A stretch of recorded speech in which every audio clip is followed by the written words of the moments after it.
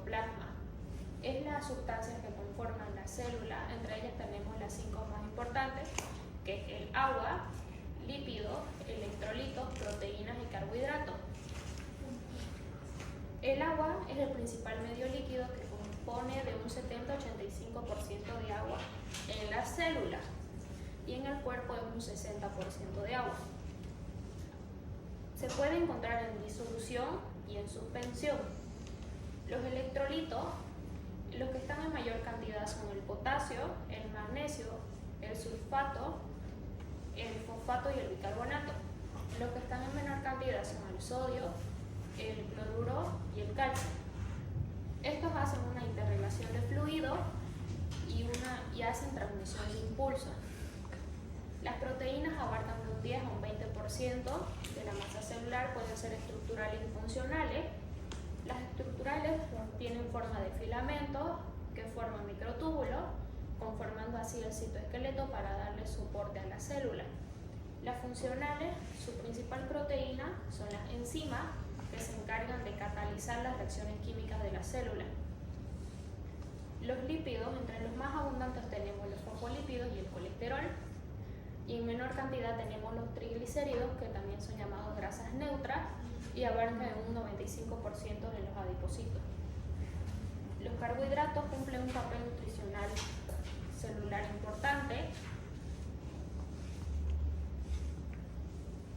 En la estructura física de la célula tenemos los orgánulos intracelulares y las estructuras membranosas, que es lo que los recubre.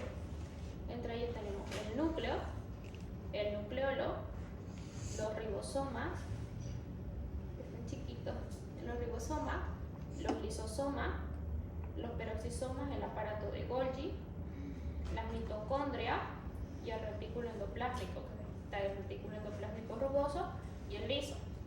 Las estructuras membranosas, como ya dije anteriormente, son las que lo recubren a cada uno de ellos. La membrana celular es una membrana bicapa lipídica que es elástica, fina y flexible, tiene proteínas en un 55%, fosfolípidos en un 25% más un 4% de otros lípidos, el colesterol abarca un 13% y carbohidratos un 3%. Las proteínas pueden ser integrales y periféricas. Las integrales penetran a su totalidad toda la membrana y sirven como canales estructurales para que pueda pasar o transportar. Las periféricas solo logran penetrar una parte de la membrana, que esta vendría a ser la membrana periférica, y está la integral, y aquí vemos cómo abren un canal para que puedan pasar. Los carbohidratos pueden ser glucoproteína, glucolípido y glucocálido. La glucoproteína es la unión de un carbohidrato con una proteína. Los glucolípidos es la unión de un carbohidrato con los lípidos. Y el glucocálido vendría a ser una capa fina de carbohidratos que recubre toda la membrana. Las funciones de la membrana celular son separar una célula de otra, protegerla, establecer un estrecho contacto, intercambiar determinadas moléculas y mantener la proteína.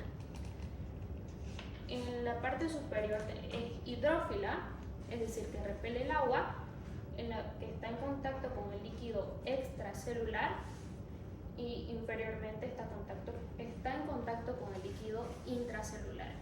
La parte del medio queda como hidrófoba, es decir, que es disolvente solamente en grasa. El citoplasma y sus organelos. El citoplasma da origen al citosol. ¿Qué es el citosol? Es la porción líquida gelatinosa en la que se dispersan las partículas. Entre ellas tenemos proteínas, electrolitos y glucosa. El citoplasma es donde están las partículas y los orgánulos dispersos en conjunto. Entre ellos los más importantes tenemos el retículo endoplásmico, el aparato de Golgi, lisosoma, peroxisoma y las mitocondrias. El retículo endoplásmico o endoplasmático, que muchos lo conocen como endoplasmático, está encargado de sintetizar múltiples sustancias de la célula. es también una membrana bilipídica, bicapa lipídica, que entre ellos forman un espacio que están llenos de matriz endoplasmática o endoplásmica. Este comparte la membrana con el núcleo, y es decir que están unidas. El retículo endoplásmico se divide en dos: el retículo endoplásmico rugoso y el liso. El rugoso se encarga de sintetizar proteína, y esto que vemos aquí, estos puntitos, son los ribosomas, que solamente cuentan los ribosomas en el retículo rugoso. En el liso no hay ribosomas y se encarga de sintetizar sustancias lipídicas, es decir, lípidos. El aparato de Golgi está formado por 4 o más capas apiladas y se fusionan para transportar la sustancia del retículo endoplásmico y expulsarlas hacia el exterior de la célula en forma de vesícula secretora cuando sea necesario.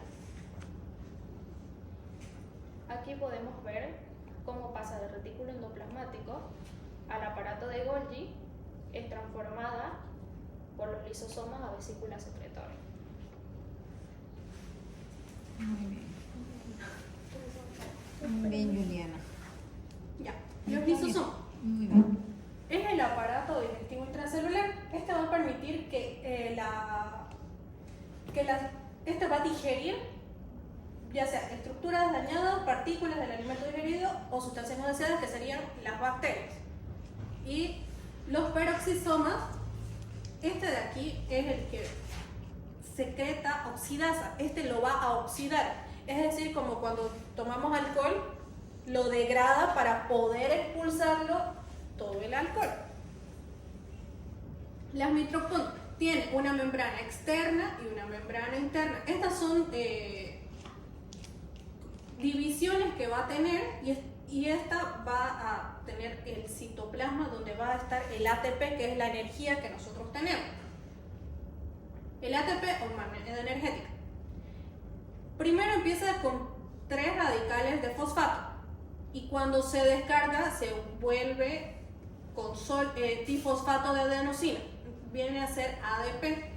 Se puede comparar con una batería que se recarga, ya que esta es cuando necesitamos energía, y cuando esta se queda sin energía, como les explicaba mi compañera, los carbohidratos que entran ahí es como que la energía más rápida, lo va a ayudar.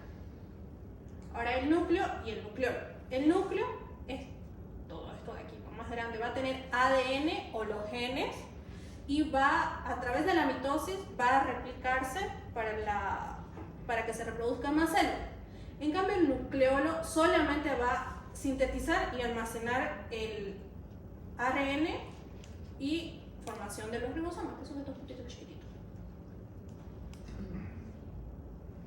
El transporte celular. Hay pasivo y activo. El pasivo es el paso de sustancias a la membrana, va hacia la corriente. Este no necesita ATP, no necesita energía porque son para partículas chiquititas. En cambio el activo sí va a necesitar ATP porque va en contra de la corriente y necesita mucha más fuerza.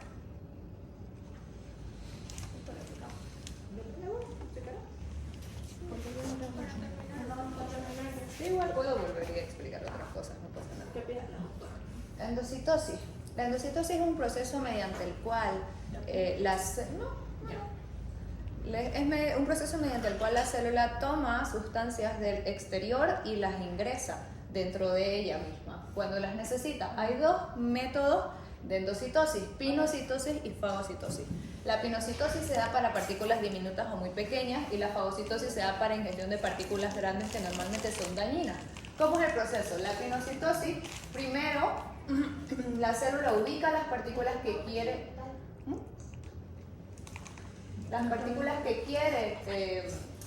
meter dentro de ella misma, las envuelve, las pellizca, en otras palabras, y con ayuda de la actina y la miosina las envuelve, y la clatrina hace que se separen de la membrana e ingresen totalmente entonces dentro de una vesícula.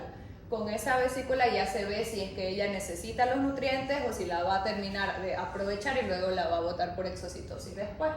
Entonces, esto se hace cuando normalmente mediante proteínas o receptores cuando la célula necesita algo de su medio externo. Y la fagocitosis se da cuando hay partículas que son muy grandes que suelen ser dañinas o malas para la célula y ella las identifica, se acerca y tiene un proceso muy similar al de la pinocitosis, que es la adhesión, o sea, primero se prende de la partícula, luego la ingesta, es decir, la encierra, pero la diferencia es de que aquí la puede utilizar, aquí la fagocita, es decir, la mata, la degrada, la elimina porque no es buena para la célula. Y la exocitosis es el proceso contrario a la endocitosis. Es un proceso mediante el cual la célula expulsa materiales, sustancias que una de dos, o necesita enviar al cuerpo porque otra parte del cuerpo o otra célula la requiere, o necesita eliminar porque no eran buenas. Por ejemplo, en este gráfico de acá hay un proceso de endocitosis en esta parte. Aquí es donde ya se ve que está en una vesícula independiente. Luego vienen los lisosomas, que es el aparato digestivo de la célula. Con las hidrolasas lo digiere y cuando ha digerido lo que necesita de esa célula, entonces queda un cuerpo residual. Cuando ese cuerpo residual ya no le sirve a la célula, esta puede hacer exocitosis y lo excreta. Pero en todo este proceso, todos los involucrados son el retículo endoplasmático rugoso, el retículo endoplasmático liso, el aparato de Golgi y estas son las vesículas. ¿Cómo es este sistema? El retículo endoplasmático rugoso secreta proteína, el retículo endoplasmático liso secreta lípidos. Esas proteínas y lípidos luego vienen, se desprenden en vesículas, pasan al aparato de Golgi, las agarra y con ayuda de los lisosomas las digiere. Los lisosomas son producidos en el aparato de Golgi y luego son compactadas o empaquetadas. Es como si aquí se hiciera un producto en una fábrica, pasa aquí para ser empaquetado y metido en su cajita listo para enviar. Entonces pasan a estas vesículas y en estas vesículas se pueden almacenar dentro de la misma célula hasta que alguien de afuera lo requiera, un impulso o una necesidad de otra célula, entonces hacen la exocitosis cuando es necesario o cuando es, como en este caso, un cuerpo residual. El citoesqueleto. El citoesqueleto es una estructura que le da forma y sustento a la célula. Es diferente dependiendo de la célula y está conformada, puede ser por filamentos, por microtúbulos, por tubulina, y esto, además de dar forma, la diferencia, por ejemplo, entre un esqueleto normal de un humano y un citoesqueleto es que el esqueleto es rígido, el citoesqueleto no es rígido, no es estático, él se mueve dependiendo de las necesidades y el tipo de célula. Entonces, sin embargo, sí completan la forma y la estructura de la misma célula. Sí, Ahora ya no sé si quiere que explique algo más a detalle de Muy bien.